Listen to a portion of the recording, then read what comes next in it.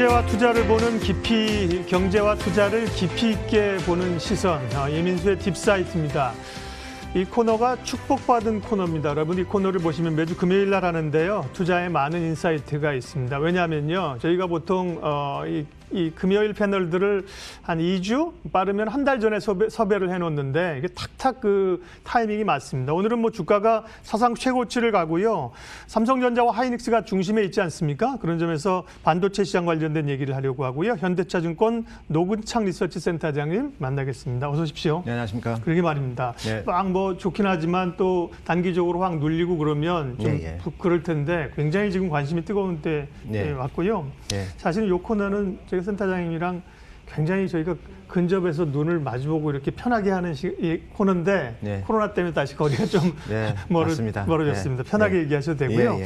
지난해 3분기 실적 전망 직전에 저희 방송에 오셔가지고 전망치를 조금 높게 부르시는데 그때 다른 데보다 제일 높게 부르셨는데 정확히 맞추셨고 그거보다 오히려 좀 더 잘 나온 상황이었습니다. 그죠? 깜짝 실적이었는데 삼성전자 목표 주가를 지금 어느 정도 잡고 계신지 그 얘기부터 좀 외람되지만 좀 얘기하고 갈게요. 네, 오늘 뭐 어차피 저희가 공개를 했기 때문에 저희가 오늘 목표 주가를 삼성전자 8만 원으로 올렸고요. 뭐 일각에서는 뭐 10만 원 이상 보시는 분도 계신데 TSMC랑 삼성전자를 단순 비교하는 건 좀 한계가 있고요. 삼성전자 PBR이 2배가 안 된다는 거를 디스카운트라고 얘기하시는 분도 계신데 삼성의 주력 제품은 이제 뭐 시향에 따라서 가격 변동성이 큰 메모리 반도체고요. TSMC는 뭐 영업이익률이 최근 들어서는 42% 나오는데 안 나올 때도 35% 나오는 회사입니다. 그래서 주문 생산하는 회사는 가격을 정해놓고 생산을 하기 때문에 TSMC가 비즈니스는 훨씬 안정성이 높죠. 그런 면에서 보면 밸류에이션 할증이 당연히 필요한 거고요. 다만 이제 삼성이 최근에 이제 파운드리에서 지금 넘버 2인데 EUV를 중심으로 해서 시장 점유율 상승이 상당히 예상이 되고 여기에 이미지 센서 같은 경우에도 소니 다음으로 넘버 2지만 특히 고화소를 중심으로 해서 또 차별화를 성공하고 있기 때문에 길게 본다면 삼성전자의 주가 재평가는 진행형인데 바로 10만 원, PBR 2배 뭐 이렇게 적용하는 거는 좀 이른 시점 아닌가 하는 생각이 듭니다. 목표 주가를 제시해야 되는 것은 또 애널리스트의 숙명이죠. 맞습니다. 프라이싱 해야 됩니다. 저희가. 그러게요. 근데 그게 이제 말씀하신 것처럼 중기가 다르고 단기가 다르고 상황이 다를 텐데 쌍양 리포트를 내셨습니다. 74,000원에서 8만 원 목표가를 내셨고요. 목표가뿐만 아니라 내용이 뭘 얘기하고 계신가가 중요합니다. 한번 시간 되면 읽어보시고요. 저도 관련된 얘기를 오늘 저희도 좀 끌어낼 수 있는 데까지는 센터장님을 하겠습니다. 반도체 여파이 어떻게 될 것이냐 사실 지금이야 분위기가 좋아졌지만 한 여름만 하더라도 올해 힘들고 내년 1분기, 2분기 가봐야 알아. 이제 시장의 컨센서스는 그런 거였고요. 센터장님은 조금 더 긍정적으로 보셨죠. 내년 반도체 여파이 어떻게 됩니까? 2021년은 이제 본격적으로 이제 그 수요가 회복되는 시기로 보셔야 될 것 같고요. 올해 스마트폰이 마이너스 한 12% 역신장을 했습니다. 2021년에는 플러스 10% 이상은 성장할 거로 보고 있고요. 그다음에 올해 코로나에도 불구하고 서버 수요가 한 3% 늘었는데 내년에는 저희가 특히 데이터 센터 투자를 상당히 많이 할 것 같아요. 그래서 서버 수요가 한 6% 정도 플러스 성장, 그러니까 올해보다 더 성장을 하는 거죠. 여기에 저희가 재택근무 이런 열풍이 워낙 커지면서 노트북 수요가 올해 한 15% 증가했거든요. 2021년에도 또 플러스 성장이 예상이 됩니다. 그래서 2021년은 가장 큰 거는 수요단에서 스마트폰, 서버, PC 모두 플러스 성장을 한다는 거 이게 중요할 것 같고요. 두 번째는 제품별로 본다면 이제 DDR5가 이제 본격적으로 PC 쪽에서 이제 전개가 되는데 특히 서버 같은 경우는 내년 말에 이제 준비를 하는데 근데 웨이퍼의 생산량의 일정 부분을 DDR5로 할당을 해서 테스트를 해야 됩니다. 그거만큼은 또 공급 감소 효과가 있기 때문에 수급 면에서도 상당히 내년에 양호할 것 같습니다. 반도체 호황기를 얘기하셨고요. 삼성전자의 중요한 변화는 지금 메모리에서는 세계 1위인데 비메모리 쪽을 가야 될 거기도 삼성전자의 또 운명이고 숙명이고 목표고 이재용 부회장이 그쪽으로 엄청난 투자를 하겠다고 해서 TSMC를 잡으러 가는 겁니다. 거기에 대해서도 지난번 나오실 때도 이제 몇 차례 여쭤본 바가 있는데 그쪽 비메모리 쪽, 그 비메모리 가운데 특별히 파운드리 쪽의 최근 상황, 그다음에 삼성전자가 좀 TSMC를 빠르게 잠식할 수 있는 지금 단계나 시기는 어느 정도가 됩니까? 사실 캐파가 이제 TSMC가 3배 정도 많습니다. 예. 그래서 삼성전자가 한 37만 장이고 웨이퍼 기준으로 TSMC가 월 100만 장이거든요. 그래서 일단 삼성전자 지금 비메모리만 말씀하신 거예요? 비메모리만? 예, 파운드리 쪽 캐파만. 네. 그래서 실질적으로 삼성이 이제 TSMC를 잡으려면 설비부터 지금보다 3배는 더 증설을 해야 되고요. 예. 그러면 당연히 설비 투자는 뭐 상당히 본격적으로 하는 거로 저희가 예상하고 있는데요. 어쨌든 이제 그게 되면 그 다음부터는 이제 경험이죠.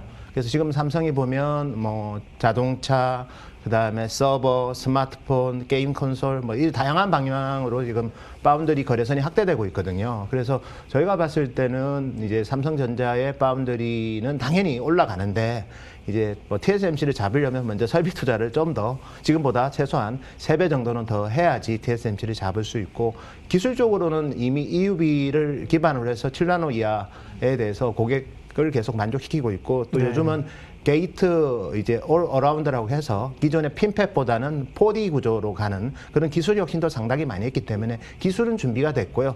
그러면 이제 1등을 하려면 캐파와 그 다음에 경험이 필요할 것 같습니다. 뭐 그거는 시간이 지나면 충분히 가능하지 않을까 보고 있습니다. 네. 저도 뭐 언뜻 못 알아듣는 단어들이 나와서요. EUV는 중요하다고 해서 공부를 좀 해봤는데 이거 뭐 광선의 파장과 함께 디테일한 얘기 나오니까 뭐 되게 읽어봤는데 복잡하더라고요. 예. 근데 어쨌든 EUV 장비가 그게 그 업체가 스웨덴 업체인가요? 네, ASML 이제 예, 예. 네덜란드 기업이고요. 네, 네덜란드. 예. 그 장비 하나가 뭐 1,500억, 2,000억 한다면서요. 네, 맞습니다. 장비 사오려고 오히려 가서 줄 서야 되는 상황인데 예. 결국 이제 그 EUV 쪽은 빈메모리 파운드리 쪽의 수율을 높이는 데 가장 효율가적인 장비인 거죠. 예, 어쨌든 네. 10나노 이하는 EUV가 없으면 이제 기존의 ARF 가지고는 안 되는 예. 거고요.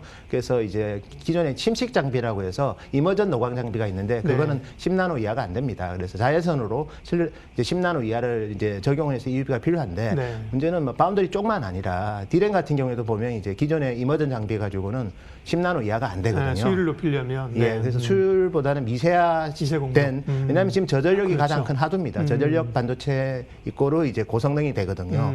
그래서 그 디램 쪽에서도 당연히 10나노 이하로 이제 가려면 EUV가 필요한데 삼성은 파운드리를 통해서 EUV를 엄청 경험을 많이 했지 않습니까? 예. 디램의 적용에 있어서도 아마 세계 최초 그리고 세계 최고가 되지 않을까 그래 보고 있습니다. 네, 수율이 아니라 효율입니다. 제가 잘못 얘기했고요. 예.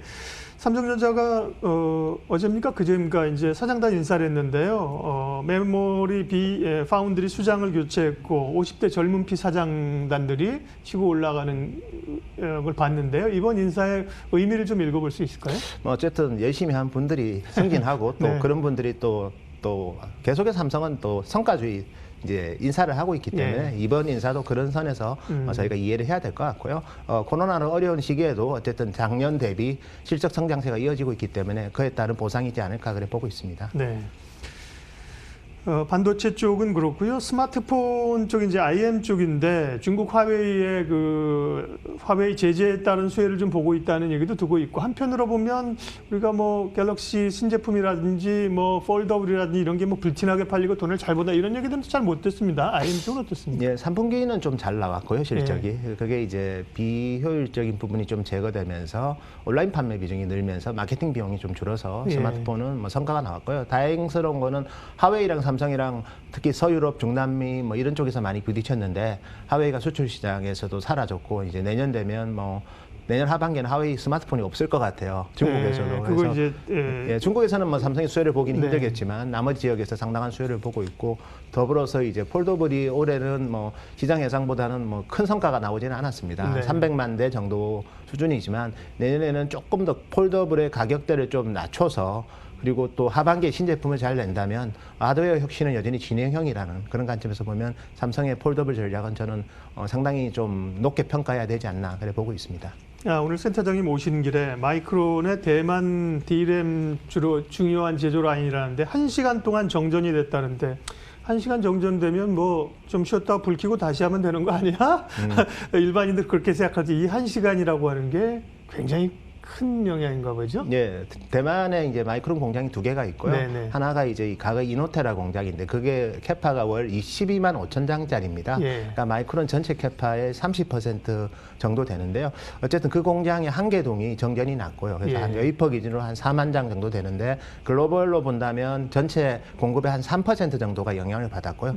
보통 반도체 웨이퍼 라인은 뭐 몇 분만 멈춰도 그러게요. 그 한 2개월치를 못 씁니다. 지난번 그래서 삼성전자가 1분 멈췄는데 뭐 복구하는데 한 2개월 걸렸다고 예, 그래요? 그래서 대만도 가보시면 그 팹이 좀 첨단 팹이긴 하지만 네. 그래도 여전히 전력 공급이나 이런 쪽에 좀 차질이 좀 있었던 것 같아요. 그래서 뭐 상당한 호재가 될 것 같고요. 예. 왜냐하면 디램 가격 자체가 아직까지는 하락을 하고 있는데 뭐 저는 상승의 계기가 될 가능성이 상당히 있을 것 같고 네. 특히 스팟 가격 이런 쪽에서는 좀 의미 있는 상승이 예상이 되고 있습니다. 네, 오늘 특별히 뭐 하이닉스 같은 게 그 디램이 주력이니까요. 삼성전자보다도 더 탄력 있게 가는 이유가 그 요인이었고요. 삼성전자 얘기를 지금 먼저 하고 있습니다. 삼성전자 얘기는 그런 업황 말고도 지난번에 주주환원책이 몇 년간 했던 게 이번에 마무리되잖아요. 네. 그러니까 뭐 시즌 2가 아니라 이제 버전 2의 새로운 주주환원책이 나올 것이고 배당을 많이 해야 될 그룹 내의 사정도 있다. 그러면서 이런 배당이나 이런 걸 보고 있고요. 또 환율 원화가 빠르게 강세로 가는 것들은 수출주에 대한 부담인데 두 가지 얘기 좀 해주시겠습니까? 예, 먼저 그 주주하는 정책은 이제 네. 내년 1월 말에 삼성에서 이제 향후 2022년, 그러니까 2021년부터 2023년까지 있을 3년간의 주주하는 예. 정책을 발표를 할 거고요. 여기에다가 이제 지난 3년간 이제 주주하는 정책하고 남은 자녀 재원이 있습니다. 자녀 재원은 아마 올해 연말 주주에 등재돼야지 그거에 대한 주주환원을 받을 수 있을 거고요. 그 부분도 뭐 시장 예상치를 좀 상회할 가능성도 있고 뭐 배당으로 할지 자사주 소각을 할지는 좀 주의를 네. 봐야 되지만 어쨌든 삼성전자 주주한테는 상당히 좋은 선물이 또 될 것 같고요. 네. 환율은 당연히 수출 기업이니까 부정적인 영향을 받을 겁니다. 다만 이제 반도체라는 게 환율 원화가 실질적으로 강세되는 속도보다 반도체 가격이 더 올라버리면 그 효과는 상대적으로 다른 뭐 자동차 같은 경우에는 그렇게 할 수가 없잖아요. 그렇죠. 자동차 예. 가격을 올릴 수는 없지 않습니까? 예, 예. 근데 반도체는 이제 수요가 좋으면 가격이 탄력적으로 오르기 때문에 당연히 원화 강세에 부정적인 효과가 있지만 상대적으로 방어할 수 있는 무기가 더 많다. 그렇게 저는 말씀드릴 수 있을 것 같습니다. 네, 딥사이트 오늘은 현대차증권 노근창 리서치 센터장님 만나고 있습니다. 반도체에 대해서 집중적으로 깊이 있게 얘기를 하고 있는 시간입니다. 삼성전자 얘기를 했고요. 삼성전자에 대해서야 우리가 7만 전자 얘기를 많이 들었는데 7만 원을 지금 넘어선 상황이고 주가가 잘 봐니까 이제 하이닉스는 11만 닉스 이런 참 단어도 잘 만들어냅니다.